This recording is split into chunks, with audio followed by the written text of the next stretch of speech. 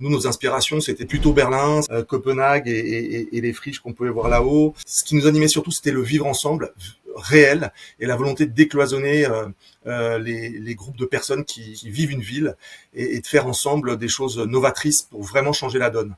Et on avait envie vraiment de pousser les curseurs les plus loin autour de la sobriété, autour de l'énergie renouvelable, autour surtout des usages. Quels usages collectifs on pouvait mettre ensemble en place pour tenir des ambitions qu'on voulait très fortes. Mais je crois qu'on a été un peu précurseur sur tout ça et qu'on a défriché ces secteurs-là un peu en avance de phase. Voilà, ce qui nous a permis d'apprendre énormément et de se marrer aussi beaucoup et d'avoir aussi quelques difficultés parce que tout ne marchait pas vraiment à fond, à 100%. C'est normal quand on innove, on peut se planter. La récupération des urines, on s'est planté par exemple. Il y a eu aussi des moments où le confort thermique n'a pas été à la hauteur de ce qu'on aurait pu attendre. Les froids étaient particulièrement intenses. Bon voilà, il y a eu des réglages nécessaires, mais au final, je pense que tout le monde était satisfait de participer à ça et prêt à mettre un pull plutôt que de monter le thermomètre de l'open space. Donc c'était vraiment magnifique de voir comment les choses progressivement se mettaient en place de façon assez spontanée et naturelle à partir du moment où la liberté c'était quand même un maître mot au prix parfois de pratiques un peu borderline de notre côté. On a squatté des lieux qui n'étaient pas tout à fait notre propriété.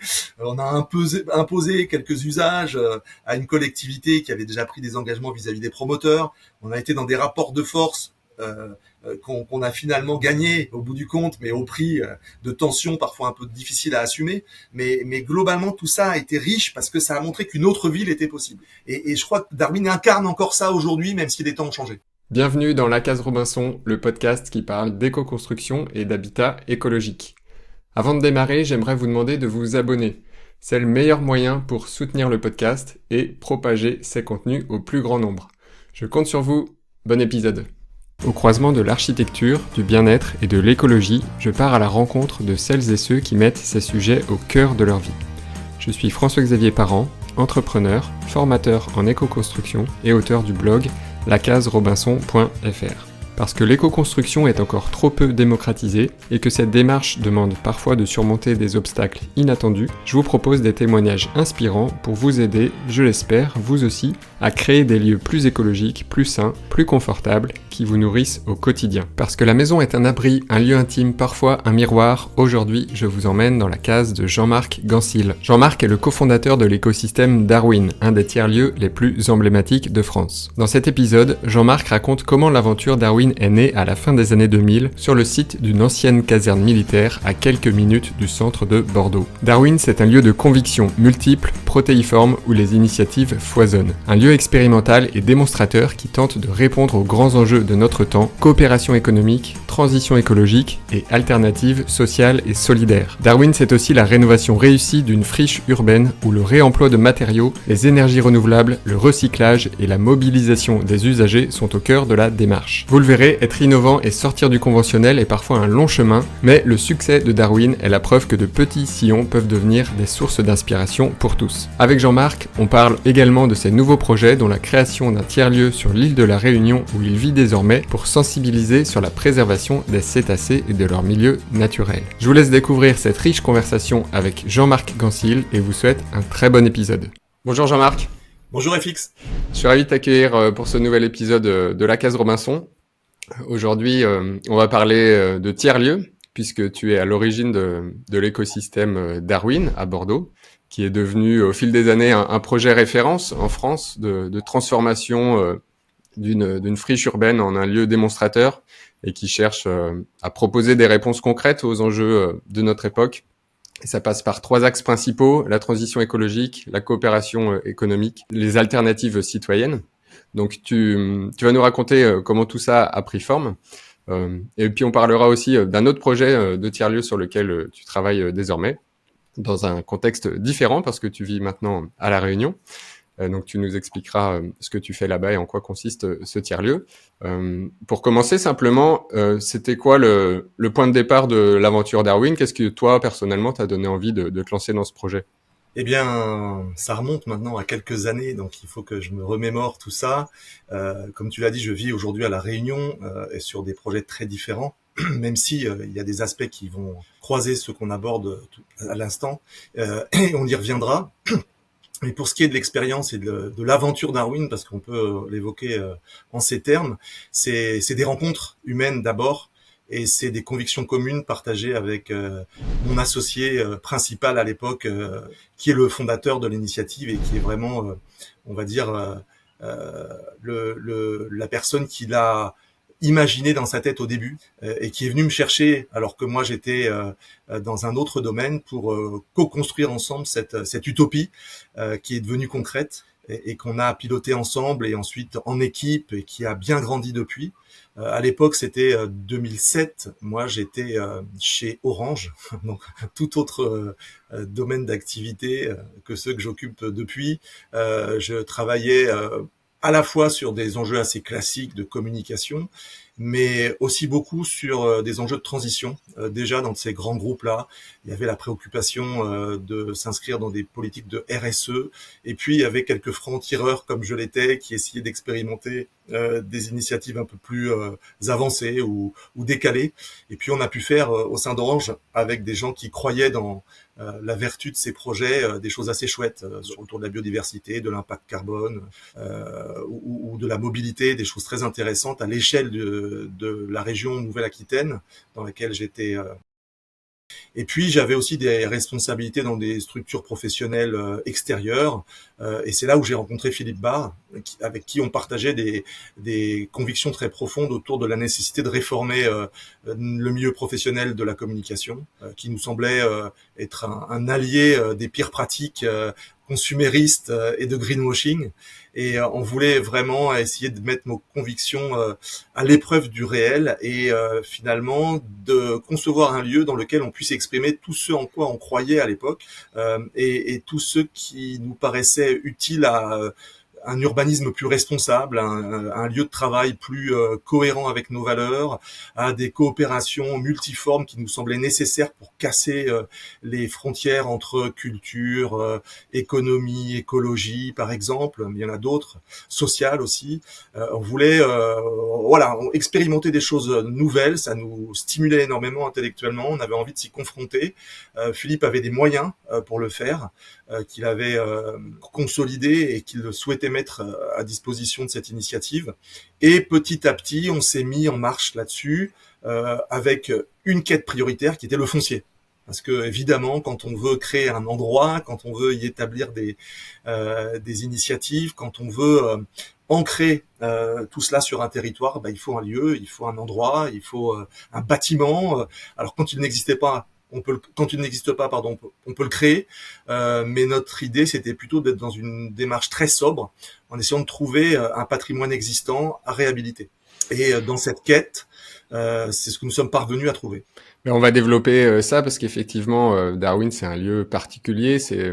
Dès le début, ça s'est appelé Darwin, le Darwin écosystème, et on va développer pourquoi. C'est vraiment effectivement au-delà du bâtiment, au-delà de certaines thématiques, il y a de multiples sujets qui sont abordés pour essayer de faire bouger les choses. Aujourd'hui, 15 ans après, il y a d'autres lieux qui ont embrayé le pas, on va dire, mais à l'époque, tu l'as dit, c'était vraiment innovant et un peu un laboratoire d'exploration sur tous ces sujets transverses. Est-ce que tu peux nous décrire du coup le lieu, à quoi ressemblait Darwin quand vous avez pris possession du lieu, et puis comment ça a été transformé progressivement?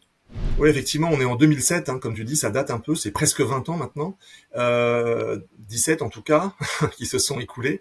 Et à l'époque, on est sur la rive droite de Bordeaux.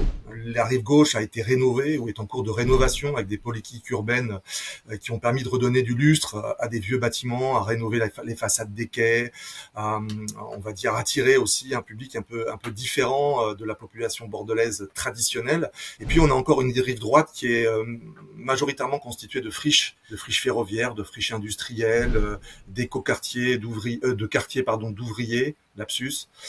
Et puis il y a une très forte volonté de rénover cette partie de la ville qui a encore une réputation un peu sulfureuse, où les gens ne se sentent pas toujours en sécurité, pour certains en tout cas, où il y a encore énormément, on va dire, de disponibilité foncière à la disposition des promoteurs ou en tout cas des acteurs qui investissent ces territoires, et donc une réflexion de la ville sur la façon de reconquérir ces territoires. Et puis il y a des bâtiments remarquables comme ceux de la caserne Niel dont on va parler, qui est une friche militaire qui s'étend sur plusieurs hectares, qui est constituée de bâtiments assez remarquables en termes d'architecture, et puis aussi de hangars qui n'ont pas trop de valeur. Et c'est un endroit qui est finalement un peu occupé par des activités clandestines, par des personnes qui squattent, par des artistes qui taguent. Il y a une vraie vie nocturne, il y a du passage. C'est un lieu abandonné, une friche, quoi, tout simplement, mais qui est en cœur de ville finalement, parce que quand on considère la communauté urbaine de Bordeaux, on est là en bord de Garonne, à un endroit magnifique et qui est laissé à l'abandon depuis plusieurs années, plusieurs décennies, et où finalement on apprend que on peut discuter. On peut discuter avec la collectivité sur l'opportunité d'y installer notre utopie, notre ambition et notre projet. Et effectivement, c'est comme ça que se déroulent les choses, puisque il y a quelques bâtiments magistraux juste sur les quais de Garonne, rive droite donc, constitués d'anciens entrepôts de stockage, qui ont eu différentes périodes de vie depuis la fin du 19e où ils ont été bâtis, et qui aujourd'hui sont totalement abandonnés, donc très décrépits, délabrés, mais qui tiennent encore debout et qui ont une vraie qualité patrimoniale. Donc nous, on est fascinés par ces bâtiments. On n'imaginait même pas qu'on puisse un jour y prendre pied, mais finalement, la collectivité considère que ce serait une bonne chose d'y installer dès maintenant des activités pour préfigurer ce qu'ils ont en tête, à savoir la création d'un écoquartier de plusieurs hectares à cet endroit-là. Et ils travaillent déjà sur ce projet avec différentes on va dire différentes études, et avec différents groupements d'architectes. Tous projettent leur vision de ce que pourrait être un écoquartier dans le futur. Voilà, et c'est Winnie Maas, l'architecte hollandais bien connu, qui est finalement retenu pour réaliser cette ambition avec la ville de Bordeaux. Nous, on est là-dedans un peu comme des chiens dans un jeu de quilles. On a réussi à acquérir un corps de bâtiment de 10 000 mètres carrés, donc ces anciens magasins généraux, tels qu'ils s'appelaient, de l'ancienne caserne Liel. Et donc nous, on a un projet très différent. Dans la philosophie, on va dire, on est proche, parce que l'idée c'est on va dire, de concrétiser ce que pourrait être la transition écologique, mais je pense qu'on la voit pas de la même façon qu'un architecte peut le voir ou que des collectivités peuvent l'imaginer. Et nous, on se veut un peu pirate dans cet univers, et on a des idées très arrêtées sur ce qu'on a envie de réaliser. Et voilà, on démarre cette aventure un peu en avance de phase par rapport à Winnie Maas et ses architectes, ses urbanistes, ses maîtres d'œuvre. Et donc, on crée finalement quelque chose qui va fondamentalement bouleverser la façon dont la ville se réapproprie cette zone. On est des acteurs privés, on n'a pas de subvention pour le faire. On arrive avec les fonds dont bénéficie Philippe à acquérir ces bâtiments à un prix négocié. Voilà, qui est plutôt favorable. Les domaines consentent à avoir un prix qui nous permet justement de réaliser un projet avec un modèle économique, on va dire autonome. Et du coup, on entreprend cette rénovation avec tout un tas d'idées sur ce qu'on veut y mettre. Alors, tu le disais effectivement sur la photographie générale, l'ambition de départ, elle pouvait être peut-être un peu similaire, en tout cas, à ce que Bordeaux Métropole souhaitait développer autour, c'est-à-dire, oui, on est engagé dans la rénovation écologique des lieux, oui, on veut faire de la performance énergétique sur les bâtiments, bien entendu. C'est encore un discours qu'on entend beaucoup aujourd'hui. Et pourtant, on voit que dans les résultats, ce que vous avez fait à Darwin et ce qui peut se faire à côté sur d'autres parcelles, en termes d'ambition, en termes de concrétisation de ces ambitions, c'est quand même pas du tout la même chose. C'était quoi donc on va développer comment vous l'avez fait, mais c'était quoi vos sources d'inspiration au départ pour vous lancer dans ce projet qui qui vraiment, en tout cas en France, était vraiment novateur sur le niveau d'ambition, en tout cas, auquel vous aspiriez. Nos références étaient des quartiers qui avaient plutôt en Europe du Nord, qui étaient assez libertaires.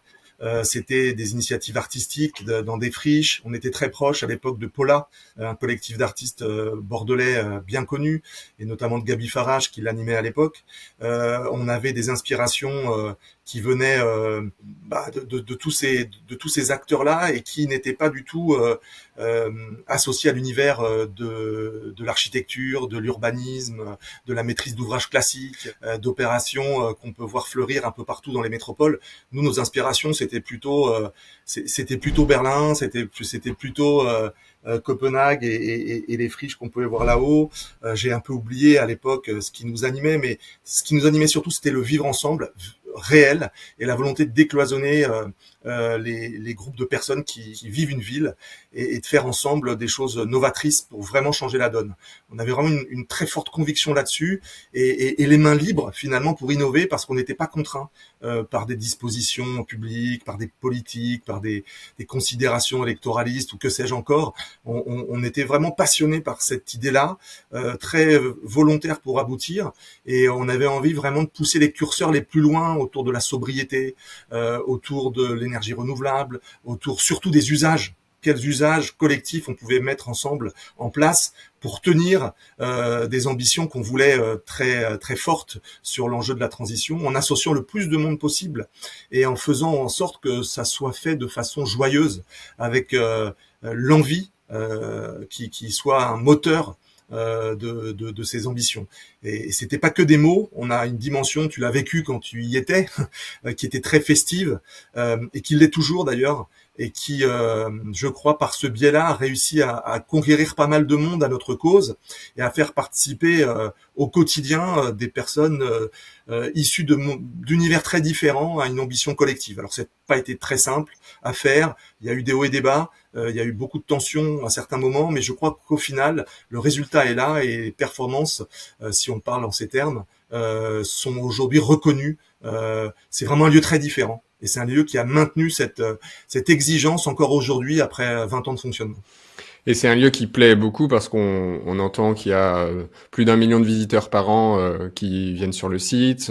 C'est le premier ou deuxième lieu touristique à Bordeaux et il y a beaucoup de gens qui s'intéressent au lieu, qui viennent le voir, même des délégations de villes et que ce soit en France ou ailleurs, qui viennent s'intéresser à la façon dont ça a pu être conçu. Et sur la question des usages, tu le disais, effectivement, ce qui peut se différencier peut-être à d'autres projets aussi, c'est sur ce sujet-là où voilà, il y a cet aspect un peu ruche, un peu fourmilière, où les personnes qui sont présentes sont vraiment acteurs et actrices des ambitions initiales, où chacun s'approprie un petit peu ces ambitions-là et puis essaye de les porter à son échelle. Et ça se voit beaucoup. On en parlera un peu après de cette partie un peu aussi pédagogique du projet. Si on revient sur les bâtiments, sur l'aspect travaux, quand vous prenez possession des lieux, ça ressemble à quoi, notamment sur le bâtiment principal, et quels travaux vous avez pu mener sur l'enveloppe du bâtiment, si tu veux parler un petit peu des matériaux, et puis aussi sur la partie système énergétique, système lié à l'eau, à l'assainissement.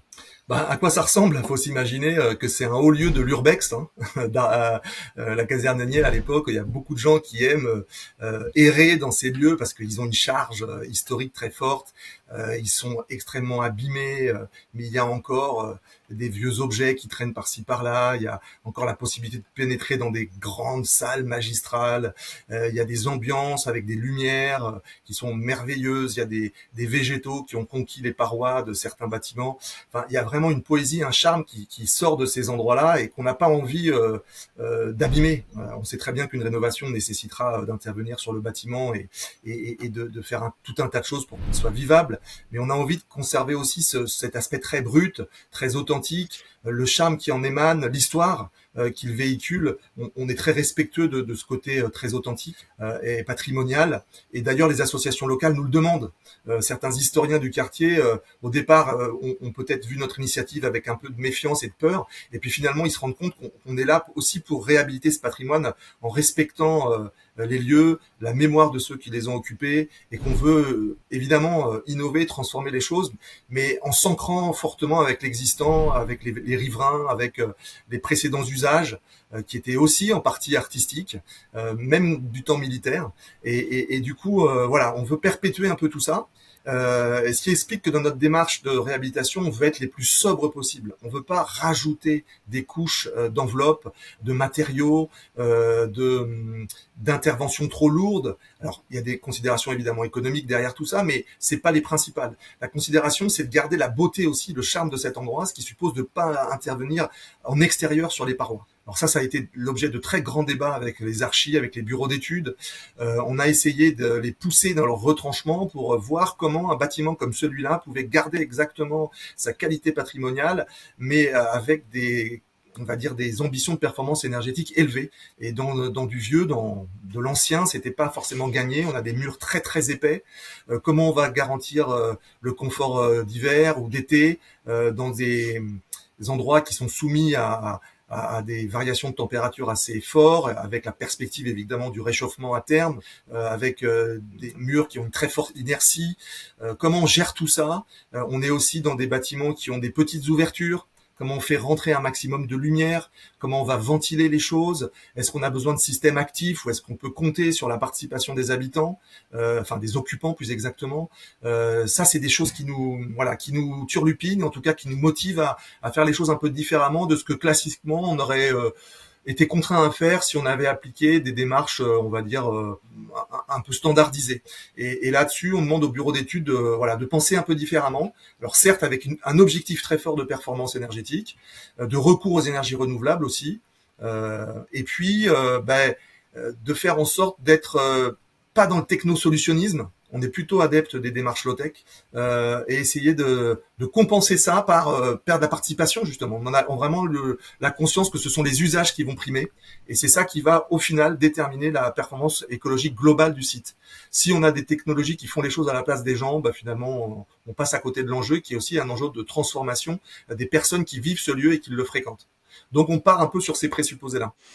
Ouais, ça, penser différemment, c'est vraiment quelque chose qui vous anime et qui vous a animé tout au long du processus. On s'en aperçoit quand on est sur place, effectivement, sur chaque point de conception du projet, on voit qu'il y a une réflexion pour essayer de faire sobre, de faire différent, de mobiliser les acteurs, comme tu l'as dit, sur place.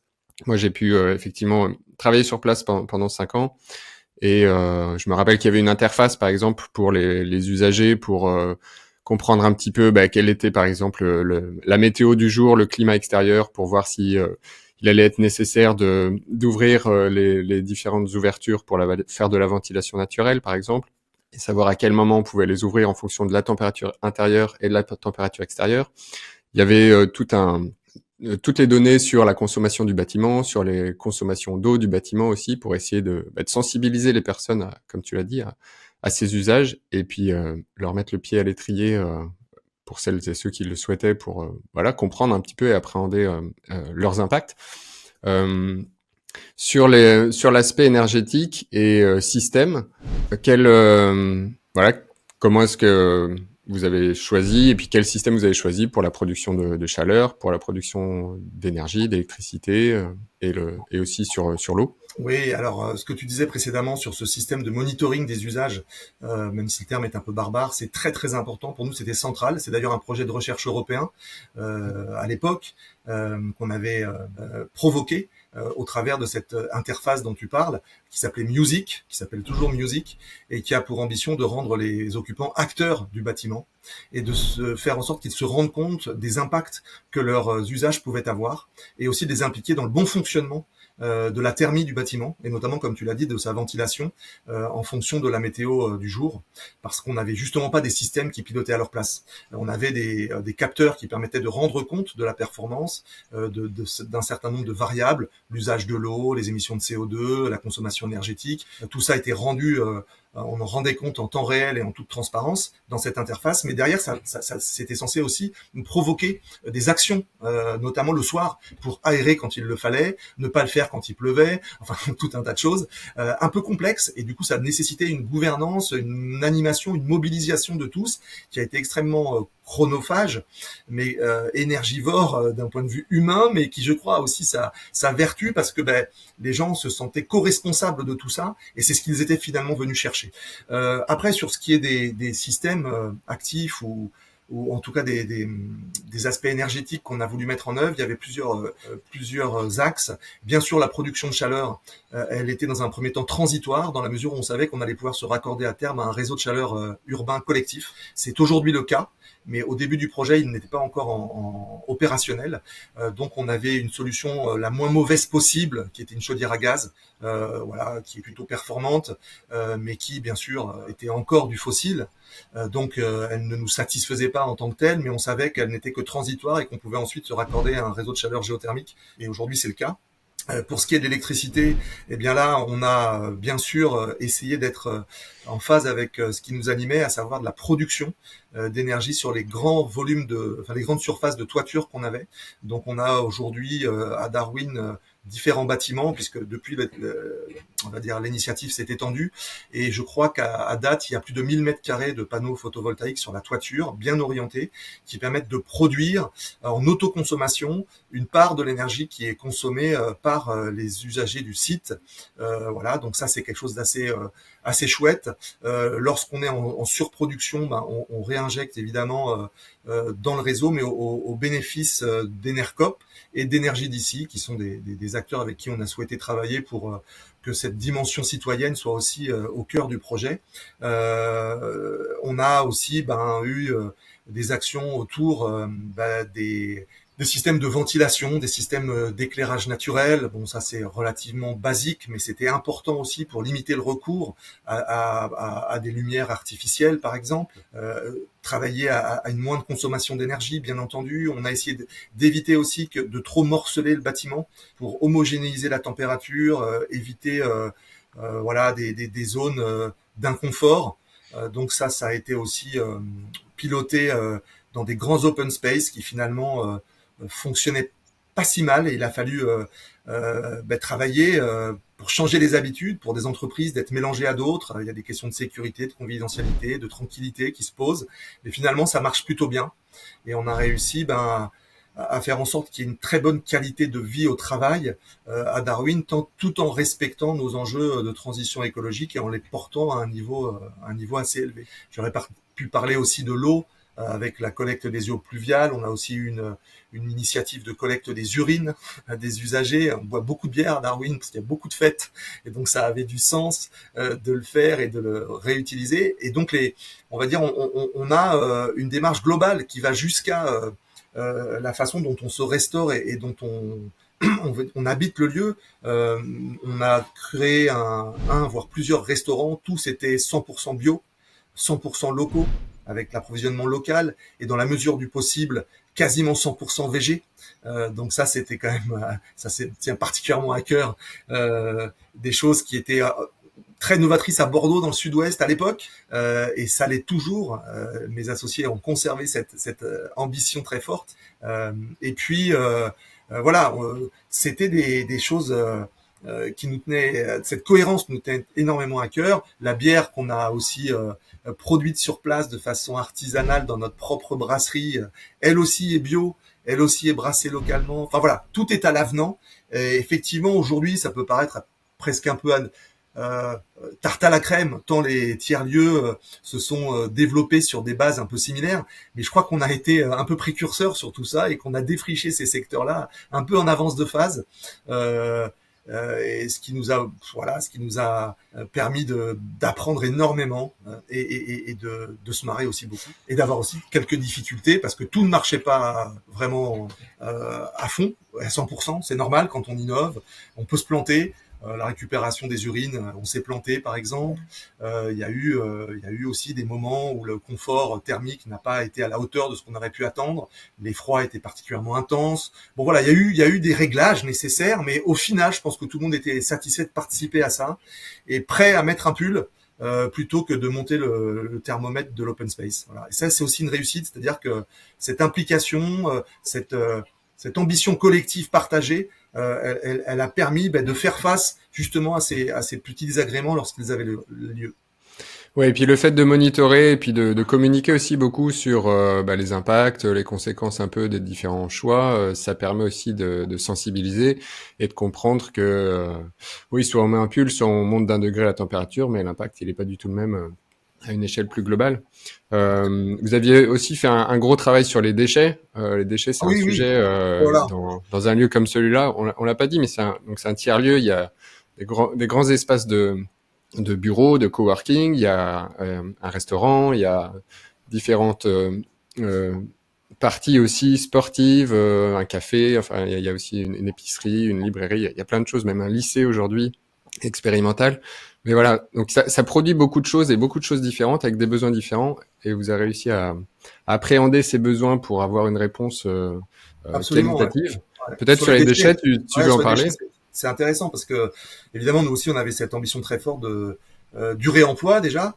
Par exemple dans les bureaux, tous les bureaux, on va dire qui ont été proposés à nos locataires dans les coworking avaient été l'objet d'un réemploi de matériaux style palette et tout ça, mais dans un très beau design. Donc il y avait vraiment une ambiance très particulière. Et puis au niveau des déchets, on avait, je crois, je n'ai plus trop le souvenir, mais presque 30 filières de déchets différentes qu'on collectait à Darwin, à la fois des déchets un peu importants liés à la régie du lieu et aux grosses œuvres, mais aussi, on va dire, au niveau des usages quotidiens, le verre, soit évidemment, mais très, très finement jusqu'au compost aussi pour nos restaurants. Et donc, on a même créé notre propre société de traitement de proximité du compost qui a ensuite servi bien d'autres acteurs dans la métropole bordelaise. Donc, c'était aussi une façon d'expérimenter pour nous et ensuite d'en faire, entre guillemets, des business, même si tout ça, c'était sous un format d'entreprise sociale et solidaire.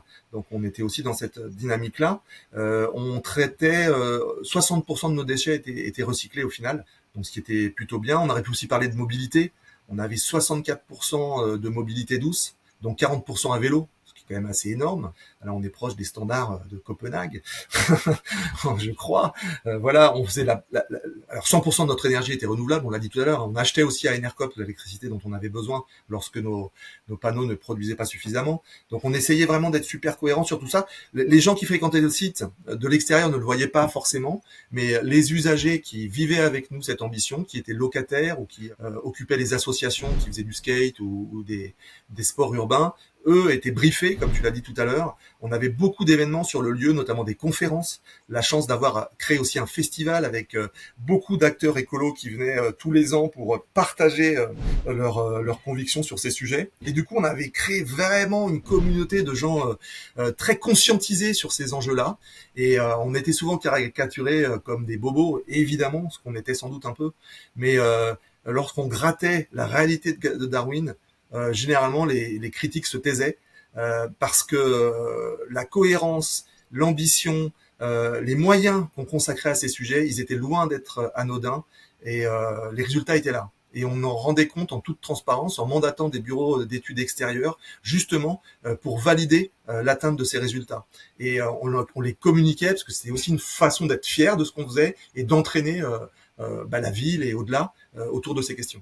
Ouais, au-delà du bâtiment, ces ambitions et cette énergie que vous avez, a permis aussi d'attirer plein de projets annexes qui se sont venus se greffer et qui dans cette idée de l'écosystème, il y a eu des ruches, il y a eu un potager, il y a eu des tests d'aquaponie, des tests de culture de spiruline. Enfin voilà, il y a plein de choses qu'on entend un peu aujourd'hui de manière un peu plus banale, on va dire, mais encore une fois, c'était vraiment un laboratoire expérimental de ces transitions qui sont nécessaires. Oui, il faut se remettre vraiment dans le contexte de 2007, hein, enfin 2007-2010, le début des années 2010, lorsqu'on a été véritablement opérationnel, après un chantier qui a été relativement rapidement mené. Mais après, effectivement, tu le dis, c'était comme un aspirateur à projet alternatif. On avait de la place, on pouvait accueillir du monde. Et du coup, tous les gens qui ne trouvaient pas de foncier pour réaliser des expérimentations un peu alternatives, eh bien, trouvaient une écoute chez nous et la possibilité de faire. Et c'est vrai qu'on a attiré énormément d'acteurs dans l'agriculture urbaine, dans les arts et la culture, dans les sports urbains, et également dans le social. Tu aurais pu mentionner Emmaüs qui avait créé un dépôt dans notre site et on hébergeait un certain nombre on va dire, de personnes en difficulté sur le site même. Et du coup, tous ces univers se mélangeaient. Il y avait des entrepreneurs, il y avait des personnes en difficulté, il y avait des agriculteurs urbains, il y avait des gens, des sportifs, il y avait des artistes, et puis du coup des élus aussi qui venaient nous voir. On était vraiment, je crois, l'expression de ce qu'on avait souhaité faire, et ce qui est toujours vrai, je crois, d'un lieu de croisement où on peut se parler autour d'un café, autour d'une fête, autour d'un projet, et où on voit que concrètement des choses sont possibles. Et de fait, c'est un lieu qui est devenu extrêmement attractif et qui a drainé beaucoup d'envie, beaucoup d'enthousiasme, et ce qui a contribué, dans un cercle vertueux à sa réussite. Donc c'était vraiment magnifique de voir comment les choses progressivement se mettaient en place de façon assez spontanée et naturelle, à partir du moment où la liberté c'était quand même un maître mot, au prix parfois de pratiques un peu borderline de notre côté. Hein. On a squatté des lieux qui n'étaient pas tout à fait notre propriété. On a imposé quelques usages à une collectivité qui avait déjà pris des engagements vis-à-vis des promoteurs. On a été dans des rapports de force qu'on a finalement gagné au bout du compte, mais au prix de tensions parfois un peu difficiles à assumer.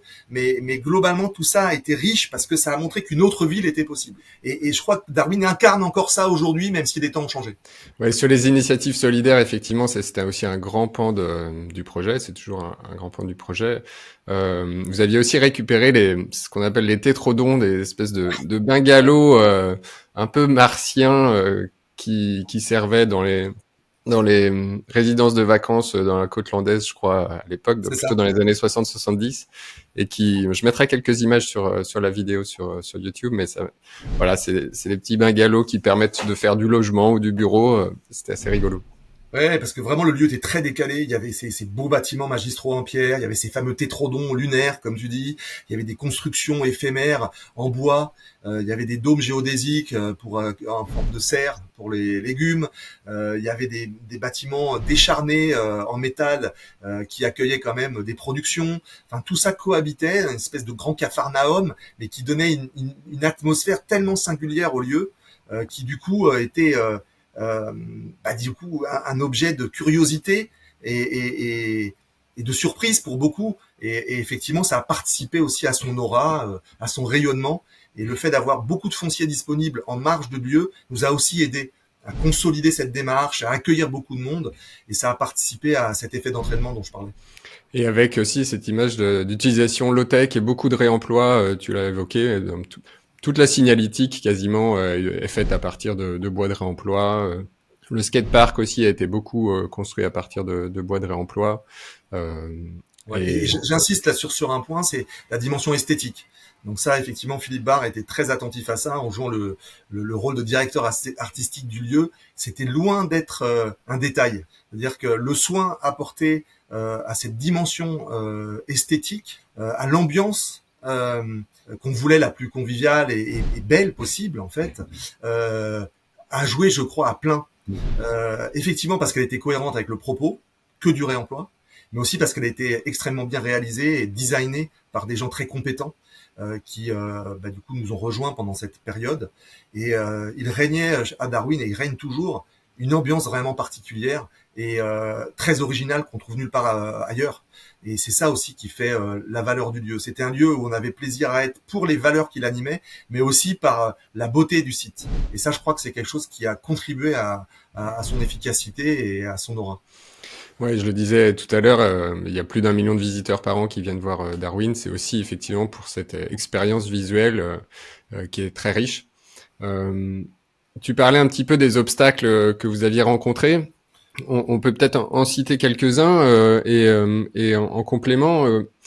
Comment est-ce qu'on tient, quand on a un projet comme ça avec des ambitions fortes, ce qui est le cas de beaucoup de personnes qui nous écoutent, même pour des projets personnels de rénovation de lieux, d'habitat, comment est-ce qu'on arrive à tenir ces ambitions dans la durée et à garder cette énergie et finalement alors je ne sais pas si le Darwin d'aujourd'hui ressemble au Darwin que vous avez imaginé en 2007, mais peut-être quand même un petit peu. Euh, voilà, quels ont été les obstacles et comment vous les avez surmontés? Bah, je crois que le principal, et je parle vraiment à titre personnel parce que mes associés n'auront pas forcément la même vision, mais je crois que ce qui était compliqué, parce qu'on avait mis la barre très haut sur le collectif et sur les usages, ça a été de maintenir aussi cette adhésion aux valeurs, aux principes, et faire en sorte de pouvoir au maximum en débattre collectivement, le mettre en œuvre collectivement et partager ces idées ensemble, sans être dans une forme d'autorité qui s'imposerait à tous. Et finalement, ben, on rentre toujours, qu'on le veuille ou non, dans des logiques de pouvoir, d'ego, de conflits d'intérêts. Et ça, c'est très humain. Et lorsqu'on est nombreux, ben, c'est difficile de faire vivre ce collectif et de conserver une parité de décision et d'action. Ça s'émousse toujours. Ça doit faire face je dirais, à ce putain de facteur humain où on n'est pas tous très rationnels, où il peut y avoir aussi des velléités d'imposer des vues ou de ne pas respecter celles des autres. Donc pour moi, je trouve que ce qui a été le plus compliqué, c'est la gestion du collectif. D'autant plus qu'il n'y avait pas toujours de lien il y avait heureusement pas de lien de subordination, mais justement, c'était difficile. On voulait pas imposer des choses, et en même temps, certains systèmes qu'on avait mis en place supposaient d'avoir certaines contraintes et de faire accepter ces contraintes. Et ça, notamment sur le stationnement, notamment sur tout ce qu'on évoquait précédemment, sur ce qui était attendu des personnes dans leur façon de vivre le lieu. Certains étaient plus ou moins impliqués, participatifs. Quand un entrepreneur s'installait avec ses collaborateurs, lui pouvait être extraordinairement motivé par l'ambition, mais peut-être pas ses collaborateurs. Et du coup, embarquer tout le monde avec des niveaux de maturité ou de conscientisation variés, ça a été au fil du temps compliqué. À l'unité d'origine et à l'unicité de vision d'origine avec tous ceux qui avaient commencé à participer au défrichage de tout ça, a succédé des périodes où on a dû mettre en place une forme de formalisme qui a été parfois difficile à faire vivre et qui a généré parfois des tensions. Je crois que c'est assez classique, mais évidemment ça a été parfois dur à piloter. Voilà, ça c'est sur l'aspect humain. Sur l'aspect technique, j'ai évoqué deux trois choses, mais il y a parfois des choses qui merdent. Il y a des systèmes qui fonctionnent pas. La chaudière a parfois pas eu l'efficacité qu'on voulait. Il y a eu des moments où on a eu très froid. Il y a eu des moments où les gens n'ont pas, on va dire, correctement, on va dire pas adhéré, mais correctement effectué les consignes. Donc on a eu des dégâts des eaux, on a eu des choses comme ça, parce que la rigueur que suppose justement le fait de ne pas avoir des systèmes qui s'autopilotent a fait que le facteur humain était très important et puis il est parfois défaillant. Voilà, donc on a eu aussi des déconvenues de cette nature-là. Et puis c'est la vie de tous les bâtiments. Ouais. C'est la vie de tous les bâtiments. Et puis on avait aussi une difficulté supplémentaire qui est liée à la multiplicité des usages. Je vais prendre des cas très triviaux, mais quand on composte et qu'on ne sait pas trop le faire au début, quand on démarre, et qu'il peut y avoir des odeurs à proximité de gens qui bossent, c'est un problème. Lorsqu'on fait des fêtes qui peuvent empiéter sur les parkings de ceux qui veulent absolument pouvoir décharger leur matériel parce qu'ils sont artisans et que s'ils peuvent pas faire autrement, ça crée des tensions importantes. Lorsque on crée une fois de plus des événements de convivialité qui vont être extrêmement bruyants, alors que d'autres cherchent à bosser dans un périmètre de proximité. C'est compliqué. Donc voilà, cette multiplicité des usages liés à la vie du bâtiment, pas tant à sa performance, mais on va dire à sa vie, vu vraiment la très grande diversité des pratiques, des acteurs, des usages qui étaient présents sur place, parfois c'était il fallait beaucoup de diplomatie pour faire accepter aux uns et aux autres cette cohabitation qui n'était pas forcément naturelle au départ. Au final, grand succès, mais au jour le jour, parfois des moments difficiles, des tensions fatigantes. Surtout quand on est responsable finalement en tant que maître d'ouvrage. Ouais, c'est le lot sans doute un peu de toutes les transitions, toutes les transformations aussi d'usage où ouais, chacun doit prendre le rythme d'une nouvelle dynamique. Ça, c'est à l'échelle un petit peu interne au lieu. Il me semble que aussi à l'échelle plus externe, il y a eu aussi quelques tensions et que vous avez parfois surmonté avec un peu de subversion aussi. Est-ce que c'est peut-être ça la solution pour embrayer vers des nouvelles dynamiques et des nouvelles transitions? C'est quelque part pas forcément être toujours dans les lignes. Je J'en sais suis pas certain. d'ailleurs si tu peux parler de différents sujets, mais Oui, c'est vrai qu'on a quels été. éléments vous avez menés là-dessus?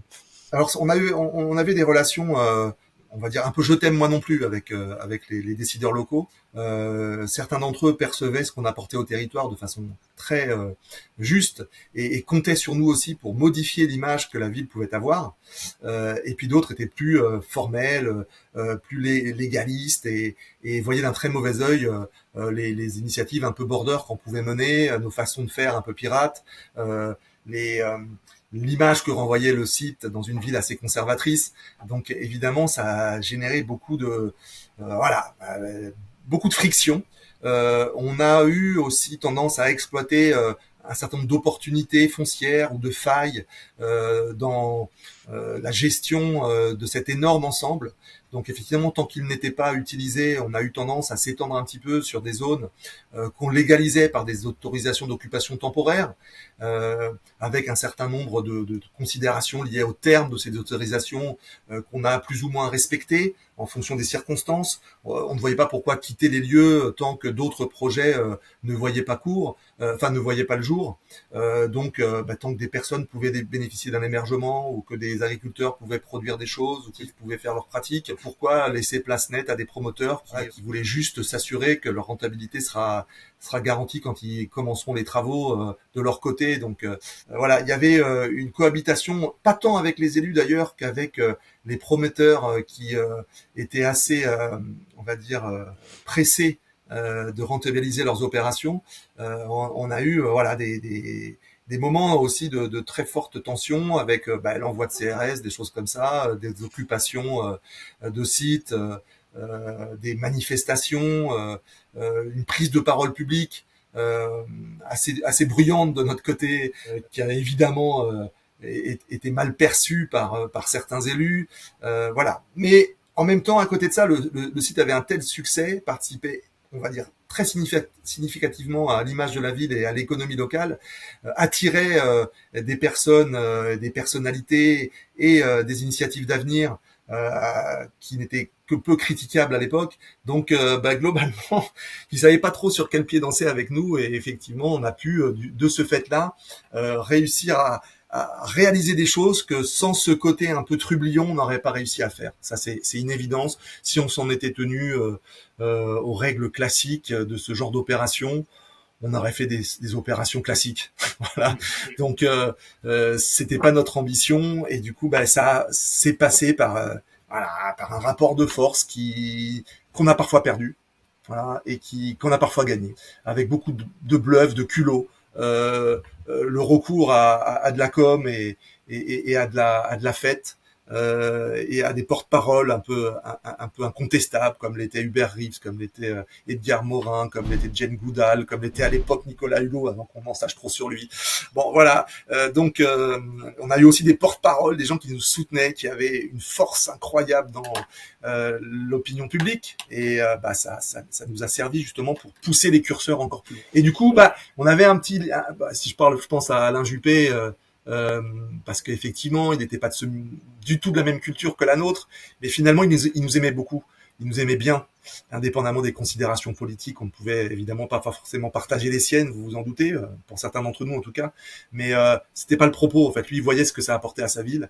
Il était très attentif à ce que ça marche. Finalement, il s'est souvent érigé contre ses propres services pour nous aider à avancer, mais parfois on l'agaçait aussi parce qu'on faisait des trucs qui n'étaient pas du tout de son logiciel, quoi. Donc il y avait cette relation, voilà, un peu je t'aime moi non plus, mais qui finalement, avec le recul, a été extraordinaire parce qu'on a réussi à naviguer là-dedans et je pense que la ville en a tiré aussi un grand bénéfice. Au final, tout le monde est content, même si on a perdu quelques cheveux au passage. Ouais, puis c'est une bonne source d'inspiration pour les porteurs de projets aussi, de voilà parfois Se dire que les choses sont possibles en étant un petit peu. Après, il y a rien de bien grave ni dangereux qui a Non, été non, non, non, non. mis Ouais, en évidemment, place. pas Donc de c'est voilà. violence, jamais la mise en danger de quiconque, une démarche qui se veut vraiment alternative et novatrice, mais qui suppose du coup de faire un peu autrement. Et faire autrement, bah, c'est déroger à certaines choses, c'est faire des occupations un peu expérimentales, qui se font, voilà, qui se font un peu dans le do it yourself.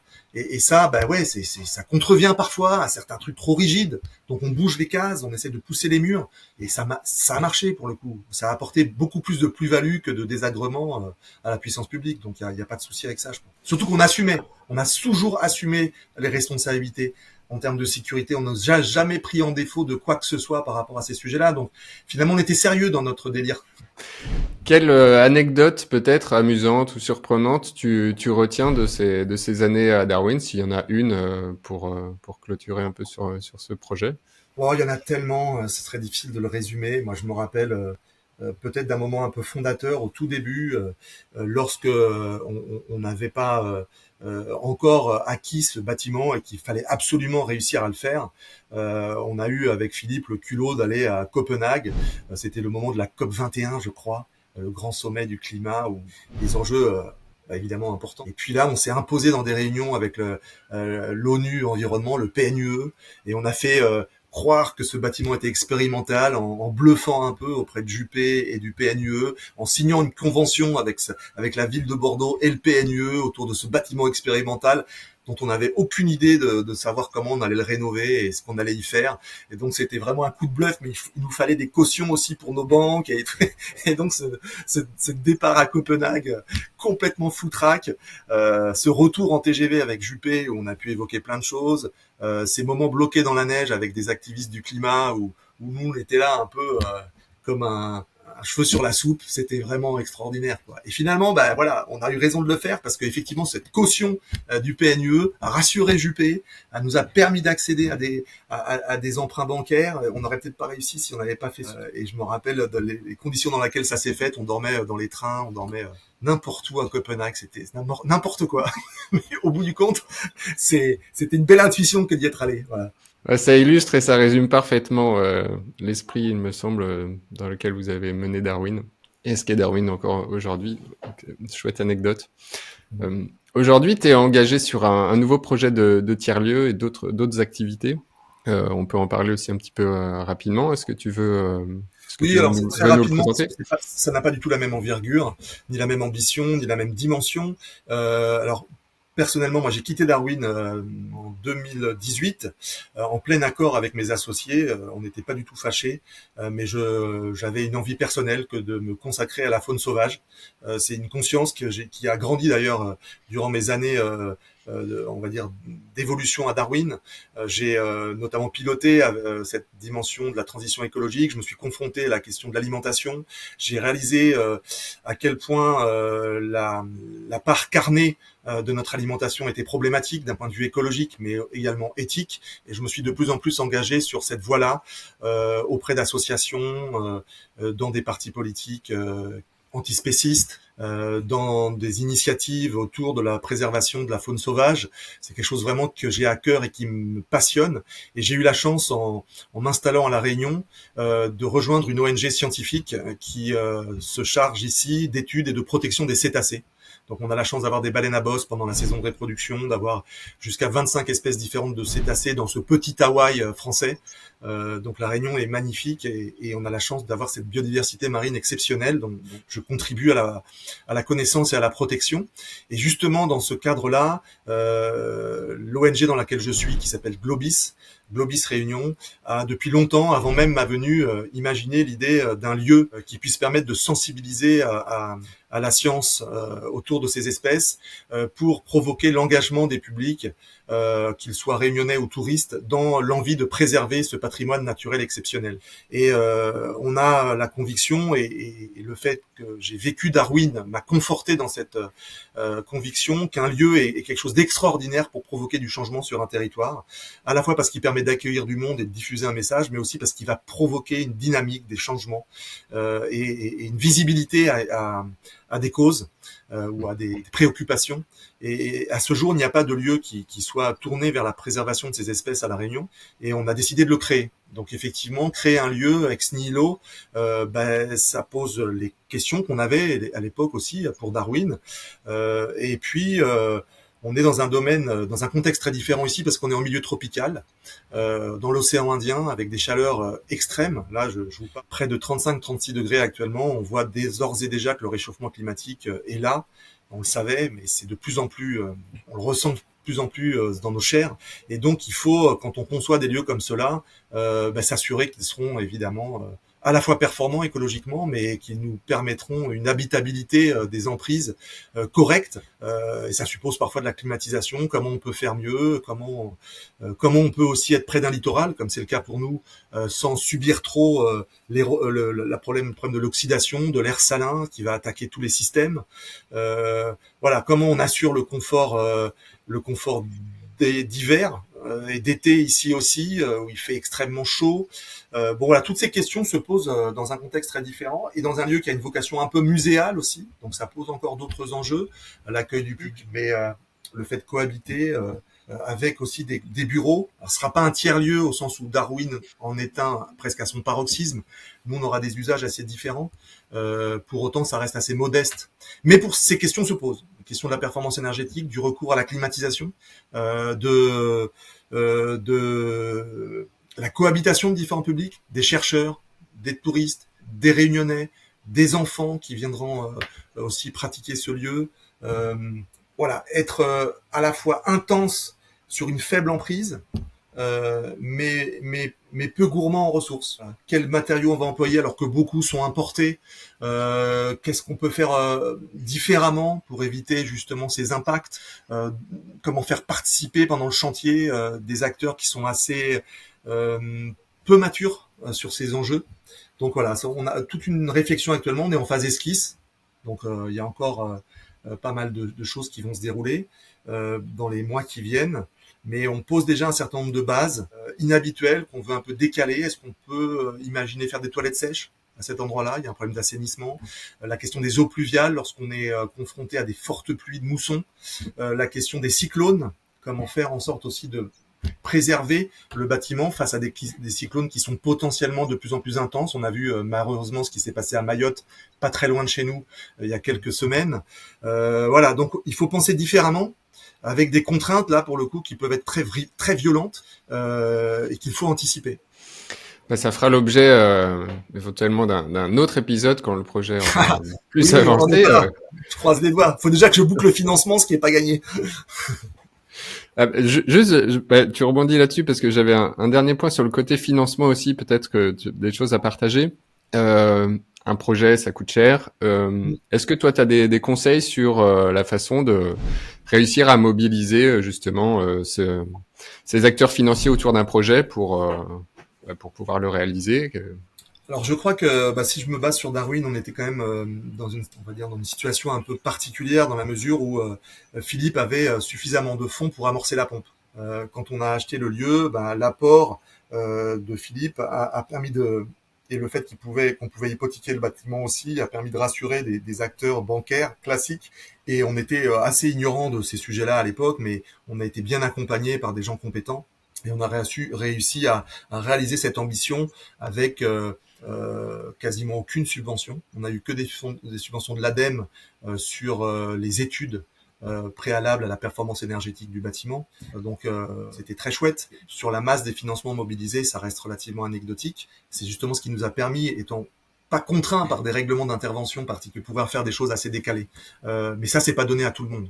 Donc, dans le cas présent, en ce qui concerne l'initiative dont j'ai parlé à La Réunion, eh bien là, on est obligé de compter sur l'argent des collectivités territoriales en investissement. Et ça suppose de rentrer dans des choses un peu plus contraintes, un peu plus formelles, et notamment pour ce qui est de La Réunion des fonds européens, FEDER, et des règlements liés à l'usage et à l'attribution de ces fonds, sans perdre son âme non plus, parce que l'idée c'est de faire des choses un peu originales et différentes. Donc c'est beaucoup de discussions, beaucoup de négociations, essayer de montrer aussi patte blanche sur ses intentions.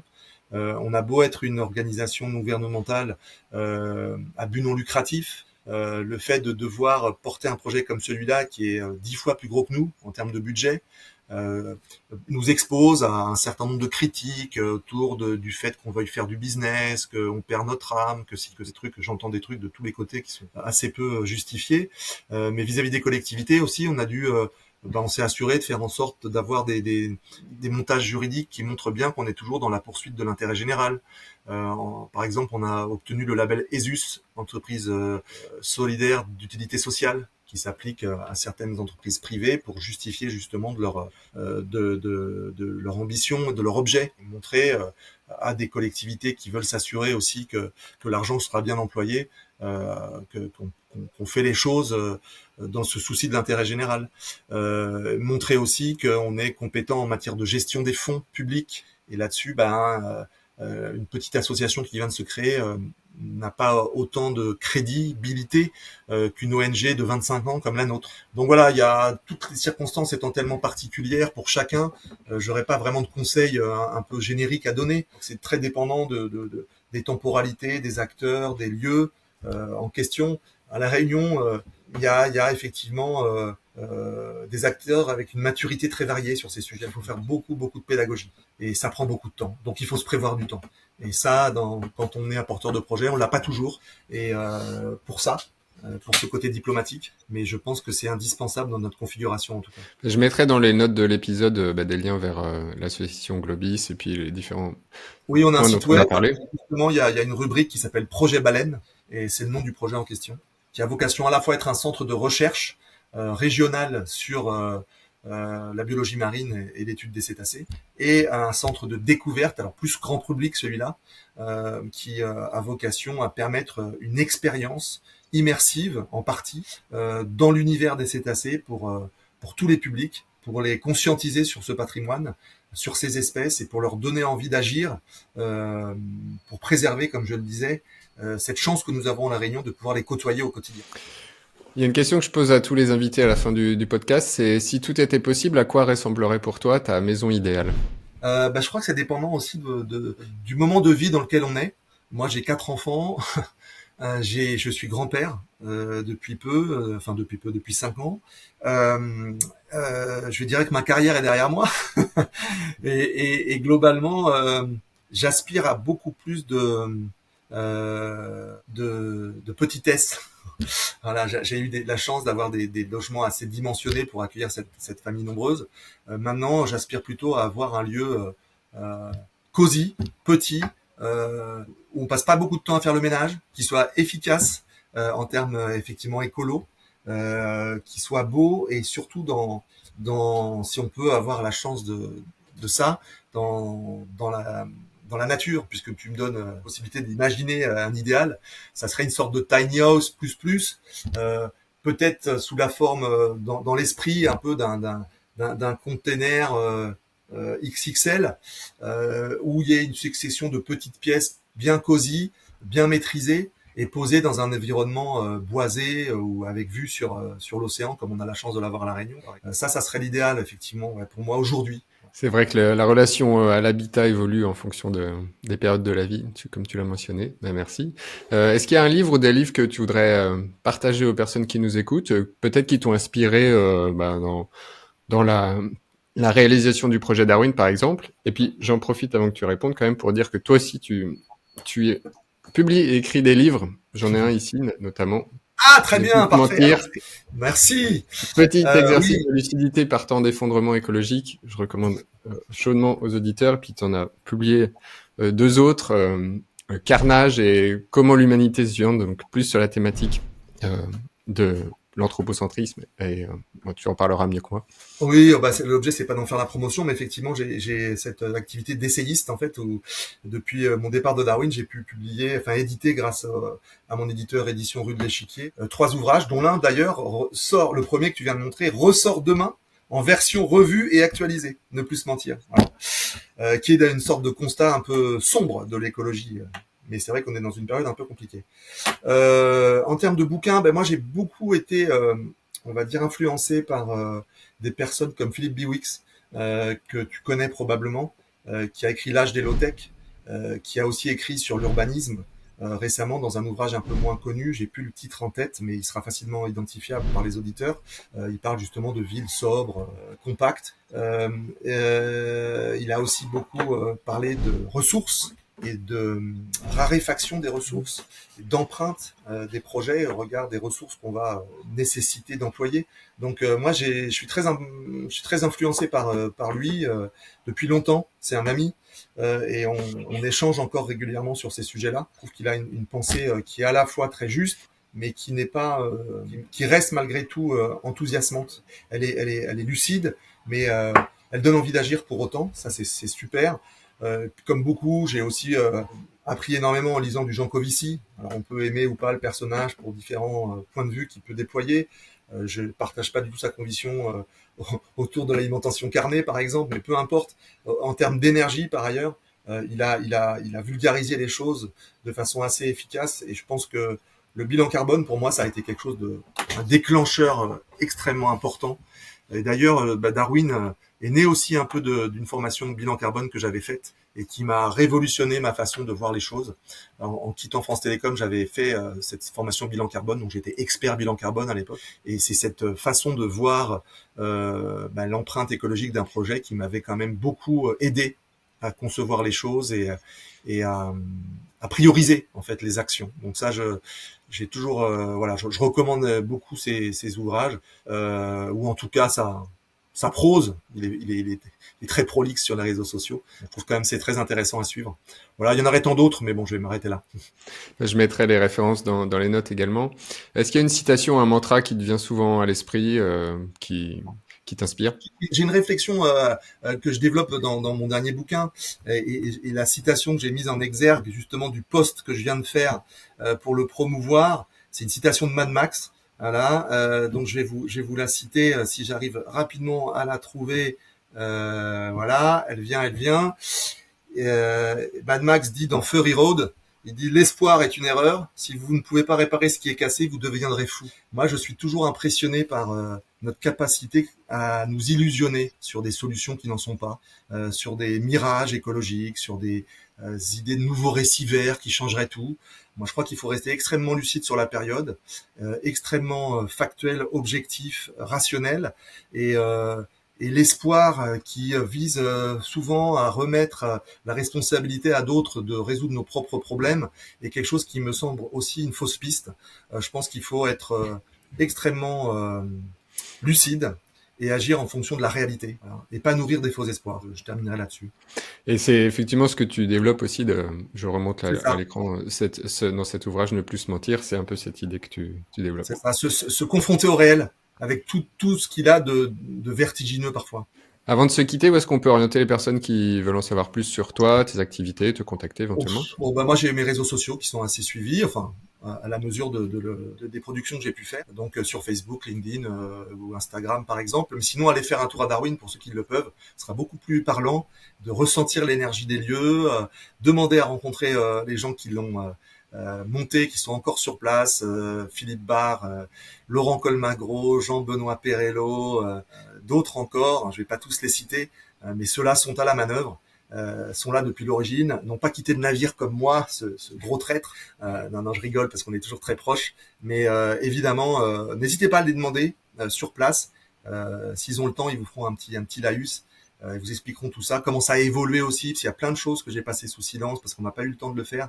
Mais l'initiative a grandi, elle est encore plus foisonnante, elle s'étend sur 4 hectares maintenant. Voilà, c'est un Bordeaux très différent et c'est, je crois, toujours une inspiration pour ceux qui veulent faire autrement. On est dans des périodes un peu difficiles maintenant avec Trump, Musk et tous les autres, avec un backlash écologique qui touche nos élus aussi, avec des acteurs comme l'ADEME, l'OFB ou d'autres dont la mission est remise en question. Donc ça va être une période difficile pour nous tous. Il faut se serrer les coudes, il faut résister à notre façon, il faut pas baisser les bras pour autant. C'est ce que je disais, se confronter au réel. Les choses ne nous sont pas favorables actuellement. Il faut passer ce moment du mieux qu'on peut. Voilà. Et donc toujours se connecter, rester solidaire entre ceux qui ont encore cette vision de changer les choses au bénéfice de tous. Merci beaucoup Jean-Marc pour ce partage et bravo pour les projets que tu mènes. C'est essentiel d'avoir des porte-voix comme toi pour Merci tenir ses ambitions, explorer d'autres horizons et expliquer au plus grand nombre ce vaste sujet qu'est à travers l'écologie et puis l'écosystème et la façon dont on peut tous vivre ensemble. Donc je te remercie, je te dis à bientôt et je te souhaite le meilleur pour la suite. Bravo pour toi et ton podcast et à bientôt tout le monde. Merci beaucoup d'avoir écouté cet épisode. Vous pouvez retrouver toutes les références mentionnées par mon invité dans les notes de l'épisode, ainsi que des compléments pour approfondir ces sujets dans la rubrique podcast sur le blog lacaserobinson.fr.